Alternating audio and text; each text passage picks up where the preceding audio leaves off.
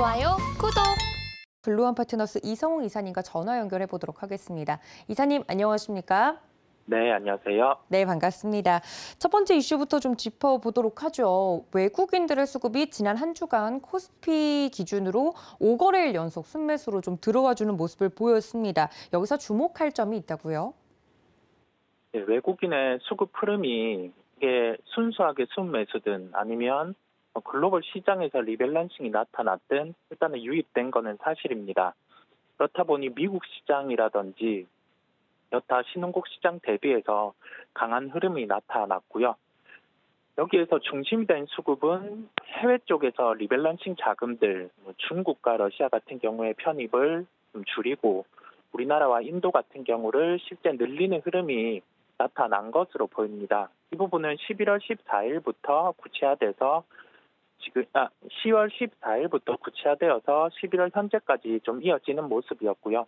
이 수급 같은 경우는 리밸런싱 자금 규모가 그래도 우리나라 시총 상위를 대입해 봤을 때 추가적인 유입 요소가 있다 보니까 2차 전지와 관련된 셀업체 같은 경우 시총 상위를 구성하고 있는 종목 쪽으로 수급이 유입된 것으로 보이고요. 우리가 IT 같은 경우도 수급의 유입으로 인해서 SK 하이닉스 같은 경우 좀 8만 원대를 지지하는 모습, 이 8만 원대 같은 경우는 이론적으로 우리가 그 감산이라든지 이 요소를 환산해 봤을 때는 깨지는 가격이었지만은 이게 수급 같은 경우가 기계적으로 유입되면서 이 부분을 지지를 한 것으로 보입니다. 우리가 여기에서 알 수 있는 점은 뭐냐면 시장이 어느 정도 좀 바닥을 형성하는 구간에서 이러한 수급이 유입이 되는 것으로 보이고요. 경기 침체에 대한 부분은 시장에 반영이 되는 단계로 보입니다. 왜냐하면 강달러 같은 경우도 좀 소폭이나마 좀 다시금 약세가 나타나는 모습 우리가 확인을 할 수 있고요.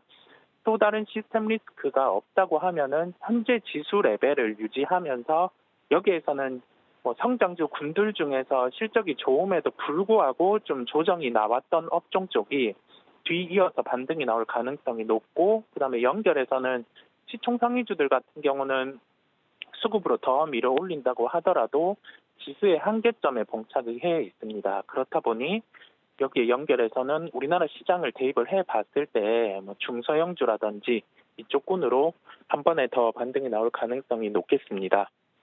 우리나라만 놓고 보는 수급 특성은 증환펀드 같은 경우 직접 가동은 하지 않았지만 여기에 대한 가동 준비로 과거에는 단기 바닥을 잡은 현상들이 나타났었고요. 그다음 이러한 수급 같은 경우는 직접 가동을 하지 않더라도 좀 심리적인 영향을 줄 수 있었기에 우리나라 시장 같은 경우도 기관 쪽의 매도 같은 경우는 이제 북클로징으로 인해서 금융투자의 창구로 기관 매도는 출회가 되었지만은 이 물량 같은 경우는 시장에 충격을 주는 물량이기보다는 매년 이런 수급 현상으로 나타나는 물량이기 때문에 큰 우려는 하지 않아도 될 것으로 보입니다.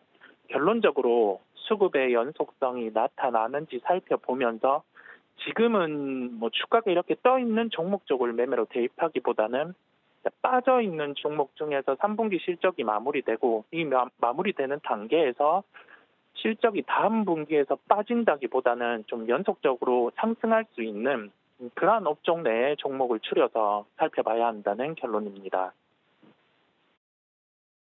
네, 그렇다면 이런 수급적인 포인트에서 저희가 오늘 살펴볼 특징적인 종목 어떤 종목일까요?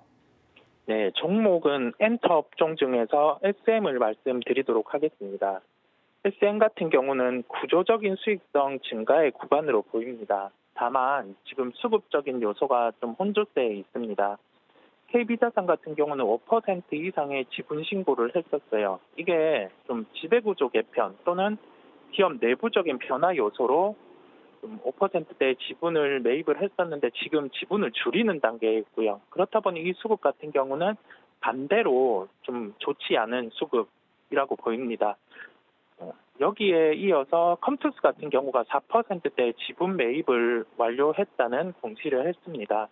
우리가 여기에서 알 수 있는 점이 뭐냐면 컴투스의 지분의 성격에 따라서 시장의 반응이 갈릴 수 있는데 이게 만약에 SM 쪽 100기사의 지분 매입이라고 하면 SM 같은 경우는 수급적인 요소로 조금은 반대로 조정이 나올 수 있다는 점 우리가 생각을 해야 되겠습니다. 왜냐하면 라이크 기획 같은 경우가 이 부분에서 이익이 한 200억 정도 나가는 구조였는데 SM 내부에서는 직접적으로 이 부분에 대해서 이제는 좀 수수료 수치가 안 나가겠다는 공시를 했어요.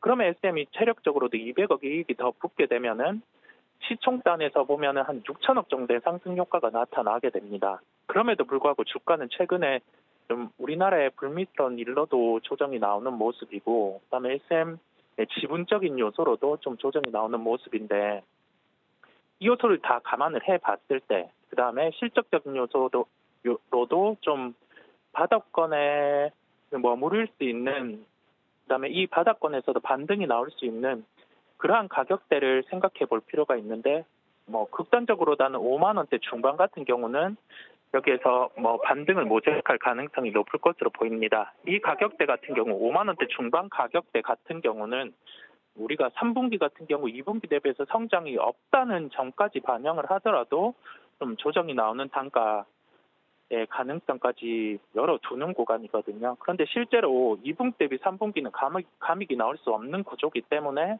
좀 극단적인 수급으로 이 가격대까지 왔을 땐 좀 매수 대입으로 대응을 하는 게 효율적이라는 결론입니다.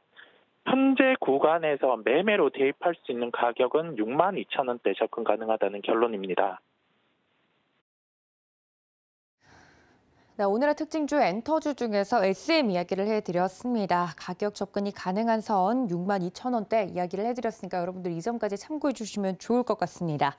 자, 다음 이슈로 넘어가 보도록 하죠. 금리 그리고 고용지표 발표 이후에 뉴욕 증시 같은 경우는 상방으로 시장의 방향성을 좀 보여준 모습이었습니다. 11월 시장 지금 현재 흐름 속에서 저희가 체크해야 될 부분들 이야기를 해주신다고요?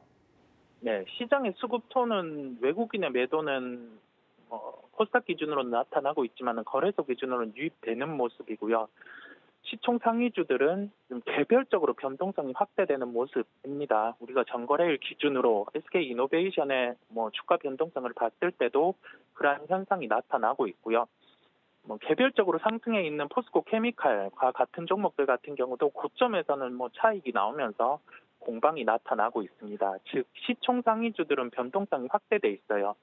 시총 중위 또는 개별주 같은 경우가 지금은 조금 더 위로 우리가 좀 플레이를 했을 때 위로 열려있는 구간이 훨씬 더 많습니다. 그렇다 보니 우리가 여기에서 생각할 수 있는 점은 전제가 한 가지는 필요해요. 지금이 3분기 실적 시즌입니다. 그러면 각 종목들 같은 경우 3분기 실적은 뚜렷하게 좋지 않을 거란 말이죠. 그러면 3분기 실적이 마무리되는 시점에서 우리 같은 경우는 좀 중소형주를 매수로 대입을 하면서 접근이 가능하다는 결론이고, 여기에서 모멘텀까지 더해질 수 있는 종목이라 하면은 3분기 실적이 비록 예상치보다 덜 나왔음에도 불구하고 좀 매매로 대입해서 접근 가능하다는 결론입니다. 네, 그렇다면 특징적인 종목은 어떤 종목을 볼까요? 네, 종목은 아비코 전자를 말씀드리겠습니다. 이 종목은 우리가 DDR4 이전의 구간을 대입해 볼 필요가 있어요.